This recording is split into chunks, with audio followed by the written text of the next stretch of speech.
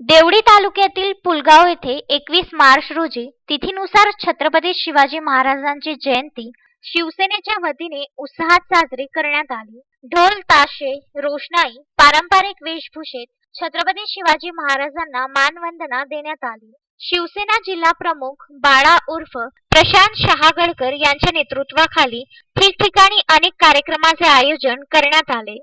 भव्य दिव्य अशी रॅली काढून शिवकालीन वेशभूषेतून संदेश देण्यात आला. शहरात ठिकठिकाणी मिष्टानाचे वाटप सुद्धा करण्यात आले. यात स्टेशन चौक येथे मसाले भात ॲडव्होकेट मातने, आशिष पांडे, मिठाईलाल, प्रशांत डफडे यांच्या उपस्थितीत वाटप करण्यात आला. तसेच विविध कार्यक्रमात नाना माहुरे, सुधीर काकडे, डॉक्टर निलेश गुल्हाने यासह मोठ्या संख्येने शिवसेना पदाधिकारी व शिवसैनिकांची प्रामुख्याने उपस्थिती होती.